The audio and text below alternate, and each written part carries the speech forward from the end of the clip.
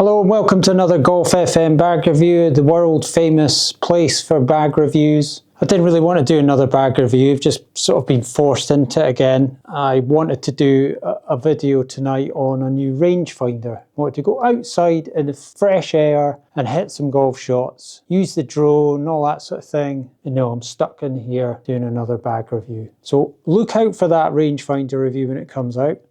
So another bag review, this time it is the Gfore Daytona Plus carry bag. Now this is another one of the same person's bag that I've done a review on recently, the Vessel, whatever it was, can't even remember the name of it. I did a review on a Vessel Luxe Prime cart bag, that's what it was called, and there's a member at the club's got that bag and he's also got this bag. So he's swapped the clubs out of this back into the Luxe Prime cart and given me this to review. So this is actually a Vessel bag in disguise. So Gfore have commissioned Vessel to make this for them. So Vessel, if you don't know what they are, is a really premium, expensive make that just does bags. And they make a lot of bags for tour players and things like that as well. If you didn't know, Tiger Woods, of all people, and his son, Charlie, use Vessel bags. Now that actually, I don't need to say anymore. If somebody told me that a while ago, I would have had a Vessel bag years ago. Anyway, so this is the Gfore version of a Vessel bag.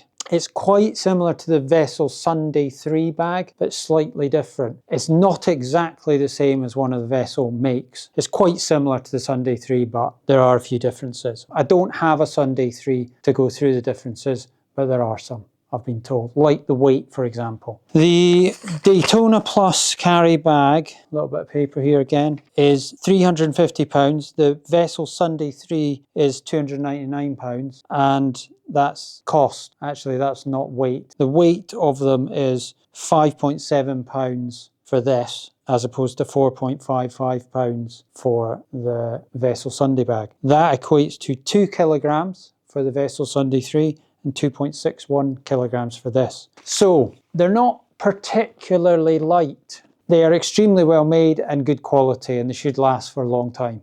So let's go through all the bits and pieces on this bag. Now that's a lot of money for a start, so some of you have just switched off. See you later, thanks for tuning in at all. £350 for a small carry bag that isn't waterproof. Thanks very much, I'm off. If you've stayed, if you're interested in high quality carry bags that cost a lot of money, then keep watching. In terms of outside bits first, we've got a 1, 2, 3, 4-way top, and that has got dividers. These two middle ones are divided separately, and this is divided separately. So it's quite good dividers, but I have to say they're not stitched in at the side. There is gaps, so your clubs could go through these gaps and get into other bits. So I don't know, maybe some people have got experience of whether this is an annoying bag for the dividers not working that well or not, but they could be actually stitched in if we really wanted to do this properly, Vessel in Gfore. I know it would cost even more, but you know, you wouldn't have me saying that there was a slight issue with that. Anyway, this is nice velour feel, feels quite solid. There's no little annoying metal studs that are going to wear your clubs out. There's a wee Vessel tag in there as well.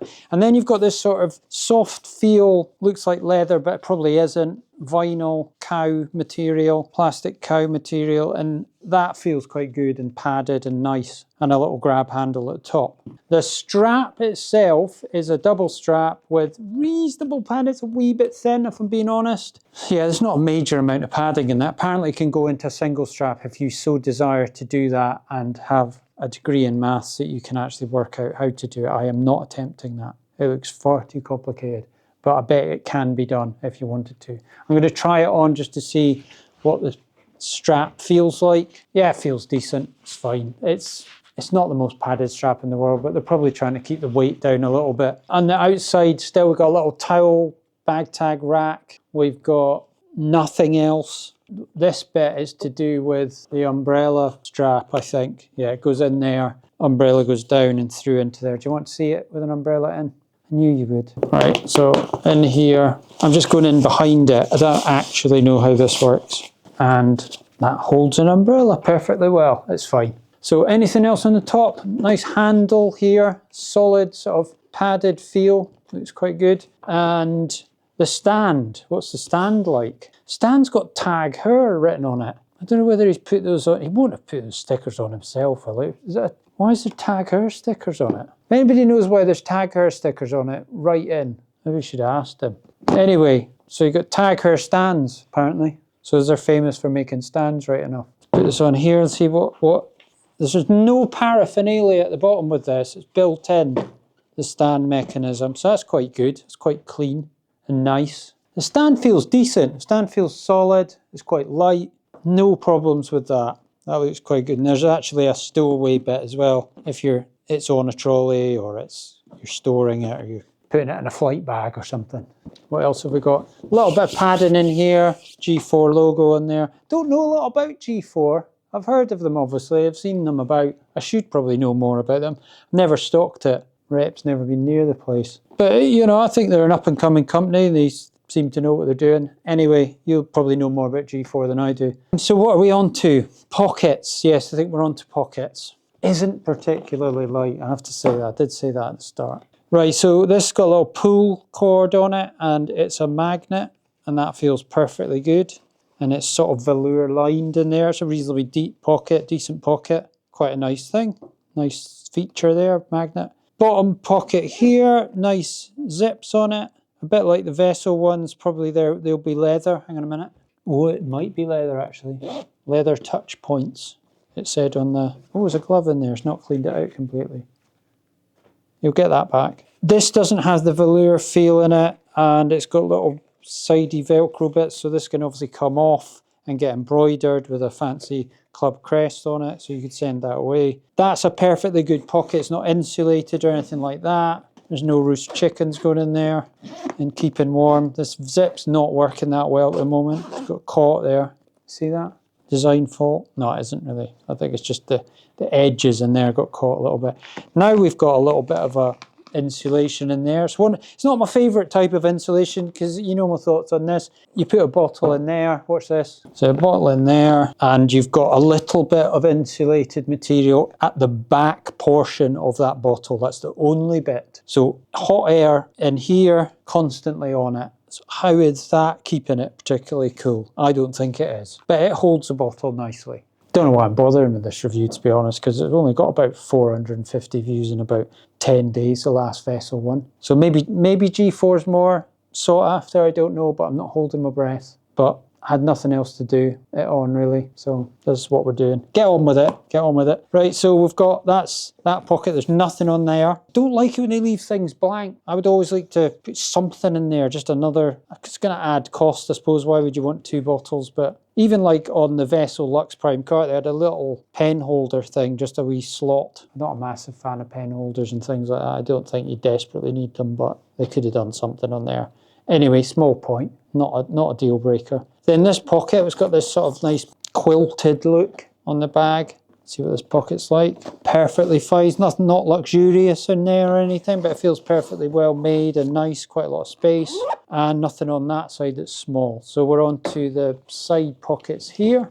And we've got no one cares what you shot written on the thing. Apart from yourself. Apart from yourself who's utterly devastated when they don't play well. No one else cares. So that is true, probably. No one gives a stuff what you shot. There is a little black bit there, which I don't know what the point of that is. That bit there, I don't know what the point of that is. You can't thread anything through that. It's just a random bit of black material. What, does it pull out or something? No, nothing. Is that a pen? Is that a pen holder place? Hang on. Go old school pencil. It's not really old school, is it? Nah, you can't jam anything in there. Sorry. That's a nothing. So this is your next pocket. It is velour lined. It's not the softest, most velour-y pocket in the world. I've felt nicer ones than that, friendlier ones than that. It's fine though, it's fine. Nothing wrong with it. A little bit tight getting your hand in and out of there, but it's fine. And then I quite like this big long bit, even though it says it's trying to be sort of all kind of motivational in a sort of good way that it's stopping you caring about your score, which won't work on me. Quilted side again here, big pocket, so it's an important pocket, and it's got the hood in it, which is taking up 90% of the room. So that's the problem with this material, this sort of vinyl-y material. If they do the hood in that material, which looks good, and you kind of want them to, it takes up a huge amount of space. They need to work harder on the packaging of that. That needs to be in a bit that doesn't affect it. Surely somebody could come up with something a wee bit more inventive than that the hood could be unraveled in a different way. I do like the ping idea when they build it into here for padding. Now, I don't know, maybe that wouldn't be that comfortable if you did that, but if there's a way of doing that, work on it, people, please. Try and get a better version of that. Anyway, so you might not take that. If you live in a hot country where it never rains, then you don't need that. But you would need it in Scotland, I'll tell you that for nothing. So the pocket in here is quite big. It's reasonably easy to get into, especially for quite a small carry bag. It's actually quite good. There's a wee extra net thing in there, which is quite good. That's all right. Other than that, nothing really to write home about there. Perfectly good pocket. And that is it. So quite a lot of colours available in this, quite sort of funky colours. And you either like it or you probably hate it. I think it's all right. I wouldn't personally buy this bag, just not a massive fan of the colour of it. It's all right, it's not too bad. No offence to the person that lent me this. It's each to his own with colours. Oh, we haven't done the hood. Before I start rounding it up and telling you what I think, let's put the hood on. Let's not do it at a great height. Let's bring it down onto the ground where you would normally be doing it. This doesn't look the easiest thing in the world. That might be at the back. Right, we're going to go as though that's going through the legs. This is a world of hurt, I think. This is poppers, but just onto itself. I don't think I'm going to like this. I'm not a fan of Velcro when it's just onto itself. If I've done this the wrong way, I'll be absolutely raging. Right, so that's pouring with rain, absolutely heaving it down with rain, and I'm battling with my Daytona Plus rain hood, trying to get it on, and I've managed it. I think that's the way it goes. It's got one zip. It's got two zips. I actually don't like that. It's like a wee zip at the bottom that's, maybe the thing's falling off it, I don't know. Does that look right? That doesn't look right. It must be like that. It's going off at an angle. Look at it. Sorry if your clubs are broken, the rain hood. Works if you've snapped your driver. You can keep it dry. Have I done that wrong? Should we try it the other way? Sorry, this is going to make the video like 10 times longer. You could just edit it out, Fraser. It's not possible to do that. So let's do this in here, see if it goes up the right way, just in case Gfore start getting annoyed at me. Say we do not have a wonky hood. We have a perfectly good hood. Yeah, it is. I just did it the wrong way around. But it just shows you, I know what I'm doing with bags, supposedly, and I got that around the wrong way. So that looks better, doesn't it? That could cope with a drive that was still intact, which is what you want ideally. That actually feels like it's going to work all right. I think, yeah, there's holes there and stuff, but I think they're probably far enough down the bag that it wouldn't be a problem. Yeah, it's fine. But this material is not fully waterproof. It doesn't purport to be. It doesn't claim to be. The vinyl itself is quite similar to the one on the Lux cart vessel bag that I did, and the person that had that said they effectively feel